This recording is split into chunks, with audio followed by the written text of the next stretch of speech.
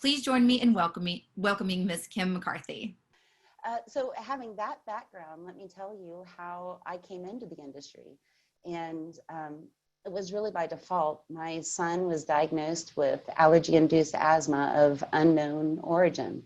And he was, I think it was in 6th grade at the time. So I was looking for a lot of clean alternative living situations. And that took me down a rabbit hole for a long time. And in that process, I found it was very difficult to find factual information, relevant information, and current information that wasn't leveraged or sponsored, sponsored studies. And so having a background in people strategies, which includes training and leadership development and creating all of the materials, adult learning theory, I saw this as a great opportunity to create a digital publication for the general public, but really B2B and B2C, but an actual legitimate place where you can get the factual information, but it turns into eye candy. And because it's photojournalism and adult learning theory that's put into the formatting, and what it does is create a sense of bond and pursuit for literally the knowledge as you're going through this process. So knowing what I had gone through, and that allowed me to come out of the cannabis closet. And when I would try to deliver this information to others, family or friends, it didn't matter. There's still a lot of belief system and stigma around it. So that's why I came up with this opportunity. And then I wanted to make sure, because really my background's all in people strategies, I wanted to make sure that this would create opportunities for others. So that's why this is a little bit different. I'm going to share my screen, and I will end up giving you the link to this. And what I want you to do after you get the link is to literally explore on the screen, because it's about an experience. Here we go. My screen. Sorry about that. There we go. So I just went over my background here. Oh my. Sorry, I'm used to working on a Mac, and now I'm on a PC. Everything's backwards. So when you go on to here, you'll see that I have 2 different digital publications. Harvest and Plume is all about hemp, everything hemp. The Cannabis Sessions is everything plus THC. But we want to focus on the hemp industry for now. And all of these opportunities I've been able to showcase. And in one of all of these, by the way, are taken from all of the issues. And this happens to be talking about the green rush. And you can see that the categories, all these opportunities in the industry being consulting, cultivation, testing, legal, compliance, media, marketing, it goes on. But the great thing is that we can see how this is building. And by having this information, we can also see the areas that are lacking, and guarantee there's always going to be a correlation between where it's lacking in the professional area. You're going to be finding a lot of misinformation and false prophets online. So moving along, we have, I love this. I'm a huge art fan.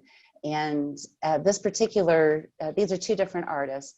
And the Snoop painting is with cannabis and cannabis paint. And I absolutely adore, this is by David Cal Lawrence.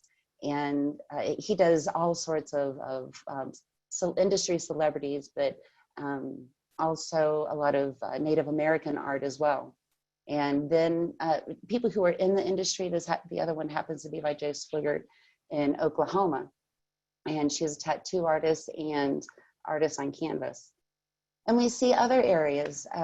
Mohan Sundraisen, he has this fantastic ability to literally and creatively weave his philosophy in with his art. And it's taken on through the cannabis industry. Excuse me. And then Diego Beckhart. So moving out of that, then a little bit into the artistic flair, hempstone being different from hempcrete. Hempstone is a different type of, it's really like a paper mache, but virtually indestructible. And I came across this industrial engineer and artist who, his name is Jacob Frank. And Anyway, he designs canna guitars, and they're absolutely amazing, and it's through hemp stone. Um, and here we go. So then, of course, that brings in Morris Beagle and his hemp guitars as well, and seeing the difference between them and these wonderful opportunities in creating more art through the music industry. Then taking that on to hempcrete, this is absolutely fascinating, and this is where it actually started for me, because the walls are, using hempcrete is really one of the best living situations that an asthmatic could live in. And this was the beginning of my many rabbit holes I went down. Since then, I've actually designed on paper, not by architect, but I've designed 5 different homes utilizing the concepts of sustainability and hempcrete. More opportunities. And then, of course, a lot of people may already know about hempwood cabinets.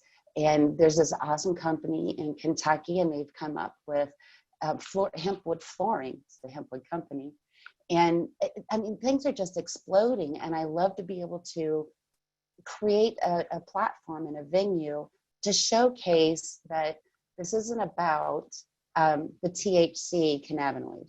And I wish more people would understand that all of that's broken down into cannabinoids, which also on the plant side, breaking that apart into creating industrial products such as this. We move into textiles. You know, you can go from literally building your home to furnishing your home with everything in hemp. You have your clothing. Moving on to nonprofits.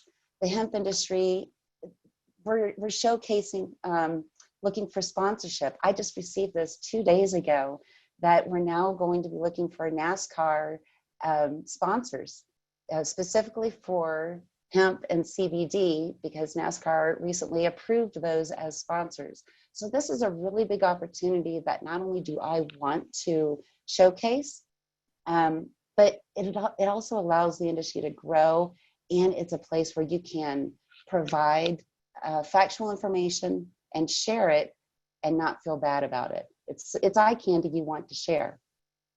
So I'm going to share the link so you can actually go through this on your own, and I'll open this up to Tracy. That was great, Kim. Thank you so much. I had a question for you about hempcrete specifically, because I'm so fascinated by this. What kind of adoption are you seeing right now in construction as a whole compared to maybe what you saw 2 and 3 years ago? You know, it's a little different because I live in Boulder, and there, Boulder has a bubble, and it's called the Boulder bubble. When you live not in the mountains, then you live by and with different zoning ordinances and codes, and things change. So I see when it's in the mountains, and my mountains are that way, you do see a lot of the more sustainability, and they also have to do with fire remediation and making sure, how can your house withstand a forest fire? Well, guess what? Hempcrete can. Really? Oh yeah, it won't burn. That is not a fact that I was aware of. Can you explain that a little bit in more detail? We still have another minute left. Sure. Hempcrete really is just 3 ingredients. It's water, hemp hurd, and limestone. Well, after it cures, it basically fossilizes. It won't burn. Oh, I had no idea. You actually taught me something new, which is kind of hard to do. Well, thank you. But you know what? All of that you can find in these digital publications, which is the purpose of having adult learning theory. It gets it in there with eye candy. That is absolutely wonderful. Well, thank you so much for your time today. That was a wonderful presentation.